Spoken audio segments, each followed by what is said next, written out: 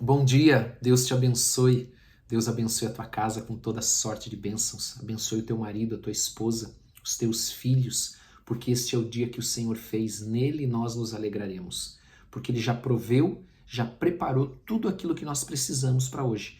Você e eu não precisamos andar preocupados com ansiedade, mas descansar no Senhor. Amém? Em nome de Jesus Cristo. Que Deus te abençoe muito, que Deus fale ao teu coração nesta manhã, poderosamente em nome de Jesus. Quero te convidar a abrir aí a Bíblia no Evangelho de Mateus 19:13. Enquanto você encontra, nós vamos orar. Senhor, em nome de Jesus, eu quero pedir que o Senhor, por meio do teu Espírito, nos dê entendimento e compreensão da tua palavra, para vivermos, para praticarmos a tua palavra.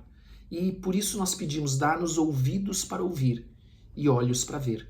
Em nome de Jesus, Senhor. Em nome de Jesus, abre o nosso entendimento para a tua palavra, para as verdades espirituais da tua palavra. Em nome de Jesus Cristo, amém e amém. Glória a Deus. Quero lembrar você que hoje às 19 horas nós temos o nosso culto online e você é o nosso convidado. Em nome de Jesus, não perca, tenho certeza que Deus vai trazer uma palavra direta para o teu coração para te abençoar em nome de Jesus. E se você quer falar comigo, você já sabe, na descrição tem o meu WhatsApp ou você pode pedir nos comentários. Hoje nós vamos falar sobre esse texto que na epígrafe, aqui na minha versão, na Bíblia que eu estou lendo, diz assim: Jesus abençoa as crianças. Ele começa dizendo assim: trouxeram-lhe então algumas crianças para que lhes impusesse as mãos e orasse, mas os discípulos os repreendiam. Então nós vamos aqui por partes agora. As pessoas viam Jesus e ficavam maravilhadas com o que ele fazia. O seu ensino, os milagres, as curas, né, as libertações. Então é certo que essas pessoas levassem os seus filhos até Jesus para que Jesus as abençoasse. Nós faríamos a mesma coisa. Tenho certeza que você faria a mesma coisa. Iria correndo levar os teus filhos para que Jesus pudesse impor as mãos sobre eles. E impor as mãos era uma prática de transferência, de bênção. Então, as pessoas levavam os seus filhos até Jesus, Jesus colocava a mão sobre a cabeça delas e as abençoava. Isso é uma prática comum, faz parte da doutrina de imposição de mãos, mas veja, nós temos que tomar muito cuidado com isso, porque nós temos que tomar cuidado com quem põe a mão sobre a nossa cabeça. Porque quando se transfere, como impor as mãos é uma transferência, ela é uma transferência daquilo que a pessoa tem. Então, às vezes, a pessoa pode dizer ter uma coisa que ela não tem, mas ela tem outra. Entende? Então, nós precisamos tomar muito cuidado com essa doutrina. Por exemplo, vou dar um exemplo para você. Quando eu estou num grupo muito grande, aí alguém se diz assim, olha, eu quero orar por vocês. Vamos supor que você está na igreja e alguém lá no altar impõe as suas mãos e eu quero orar pela igreja. Eu normalmente faço assim, Senhor, cobre a minha vida com o sangue de Jesus. Eu só recebo aquilo que é do Senhor. Em nome de Jesus. Amém? Para que eu não quero aquilo que não é de Deus.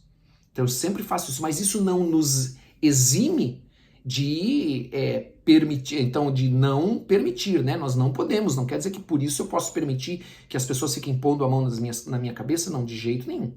Eu não posso deixar que uma pessoa que eu não sei quem é, que tem uma vida duvidosa, por exemplo, coloque a sua mão sobre a minha cabeça, porque ela vai transferir o que ela tem.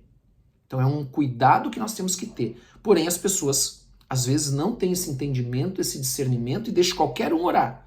Aí a pessoa recebe uma imposição de mãos de alguém que está com a vida toda torta e vai receber da pessoa aquilo que ela está passando, aquilo que ela vive. Então, quando você recebe uma imposição de mãos, você recebe dessa pessoa aquilo que ela vive. Então, se ela não vive a palavra, você vai receber aquilo que ela não vive também. Amém? Então é um cuidado que nós temos que ter. É uma atenção que nós temos que ter para não deixar que isso aconteça. Amém? Mas as pessoas levavam ali e os discípulos estavam repreendendo, assim como eles fizeram lá em Lucas 18:15. Lá em Lucas 18:15, também os discípulos eles repreendiam as pessoas para que não levassem seus filhos lá. Possivelmente muita gente, uma multidão muito grande, ficava levando os filhos lá e os discípulos repreendiam essas pessoas, dizendo, não traga aqui, tá impedindo elas de trazer. Porém, veja, Jesus ele tem compaixão, amados. Jesus ele ama. Jesus ele sabe a importância da bênção sobre uma criança.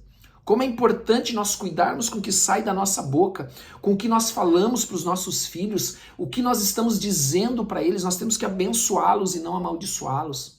Nós temos que cuidar com as palavras que saem da nossa boca. em nome de Jesus. E Jesus então disse: deixai-os, ou deixai os pequeninos, não os embaraceis. O que é embaraçar? Impedir de vir a mim, porque dos tais é o reino dos céus. Veja, nós já falamos bastante sobre isso, sobre esse aspecto de que nós temos que ter esta humildade de reconhecer, e os pequeninos, as crianças, assim como Lucas 18:15, eles trazem em si essa figura daqueles que são humildes para reconhecer que dependem completamente de Deus. Assim como a criança é humilde, ela reconhece a sua dependência dos seus pais, enfim. Amém? Então ela reconhece isso, nós temos que reconhecer isso, nós temos que ter esta humildade. E quando nós temos esta humildade de reconhecer que nós dependemos de Deus, que sem Deus nós não somos nada, e que só por meio de Jesus nós podemos entrar nos céus, a palavra de Deus diz, o próprio Senhor Jesus diz, dos tais é o reino dos céus. Então se você reconhece, se você tem esse entendimento, se você tem esse coração humilde, também como o Sermão do Monte, amém? Aqueles que são humildes de espírito, a esses pertence o reino dos céus. É a mesma coisa aqui. Amém? E ele continua e diz, tendo-lhes imposto as mãos, retirou-se dali. Então ele impôs as mãos, ele abençoa as crianças dentro do que nós falamos aqui. Mas aqui eu quero trazer para você hoje um assunto, já que nós já falamos bastante sobre isso, de reconhecer, de ter humildade, a esses pertence o reino dos céus. Eu quero falar sobre uma pergunta que muitas pessoas fazem para mim. Pastor, se uma criança, ela morre, criança recém-nascida, muito pequena, morre, para onde ela vai? Veja, o termo que é usado aqui para crianças em Mateus e tanto em Lucas, ele fala de crianças, é um termo usado para crianças muito pequenas, inclusive recém-nascidos, tá? Então é bem claro por causa da palavra que é usada aqui no original do grego, que são crianças muito pequenas, crianças recém-nascidas inclusive. Então, veja, pastor, para onde que elas vão se elas morrerem, se acontecer alguma coisa? Veja, elas por serem muito jovens, muito pequenas, né, recém-nascidos, elas não são capazes de exercer a fé pessoal em Jesus. Elas não têm ainda esse discernimento, esse entendimento. E quando nós falamos de crianças pequenas, recém-nascidos, nós entendemos também daqueles que são mentalmente incapazes, que se aplica a eles também isso. Amém? Então, são crianças muito pequenas, crianças recém-nascidas que estavam sendo levadas ali para Jesus, e agora não como uma figura desses que tem que ser humildes, né? Que fala para nós que nós devemos ser humildes e reconhecer que precisamos de Deus, mas como crianças mesmo. Então, essas crianças, elas não têm esse entendimento, esse discernimento para exercer uma fé pessoal em Deus, ou para ser exigido delas que elas cumpram, por exemplo, a palavra de Deus naquele tempo, como judeus, ou que cumpram a lei de Deus. Elas não têm esse discernimento, elas não têm esse entendimento, porque eram crianças bem pequenas, crianças recém-nascidas, que ainda não têm essa capacidade. E aí nós voltamos a essa pergunta, para onde elas vão? Primeiro nós precisamos entender como Deus as vê. E para isso nós podemos abrir as nossas Bíblias lá em Jeremias capítulo 19, 4, até como uma ilustração para nós. Jeremias 19, 4, ache aí Jeremias capítulo 19, verso 4. O profeta, ele está exortando Israel pelo seu pecado de idolatria. Só que aqui nós vamos poder perceber nas entrelinhas uma verdade que se aplica a nós aqui, tá? A isso que nós estamos estudando hoje. Veja o que o profeta diz a Israel: porque me deixaram. Ou seja, é Deus dizendo através da boca do profeta que Israel havia deixado, porque me deixaram e profanaram este lugar, queimando nele incenso a outros deuses, veja a idolatria, que nunca conheceram, nem eles, nem seus pais, nem os reis de Judá, e encheram este lugar de sangue de inocentes. Veja, guarde essa palavra.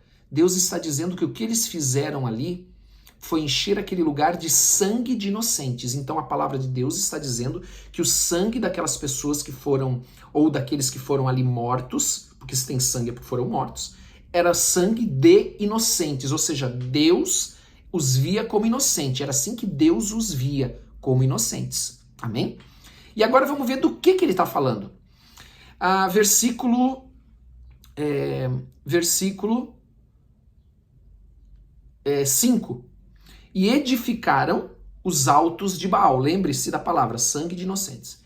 E edificaram os altos de Baal para queimarem os seus filhos no fogo em holocausto a Baal. Então qual que era a prática de Israel naquele momento? E era uma prática exigida por Baal, que as crianças fossem queimadas em sacrifício, em holocausto. E essas crianças eram crianças recém-nascidas, crianças muito pequenas.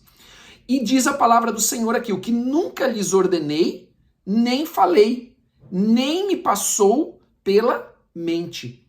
Então veja que aqui nós podemos entender que Deus via essas crianças como inocentes, porque ele chama sangue de inocentes. Então nós podemos trazer isso para agora, para o nosso texto, que nós lemos lá em Mateus 19, amém? Entendendo que Deus vê as crianças como inocentes.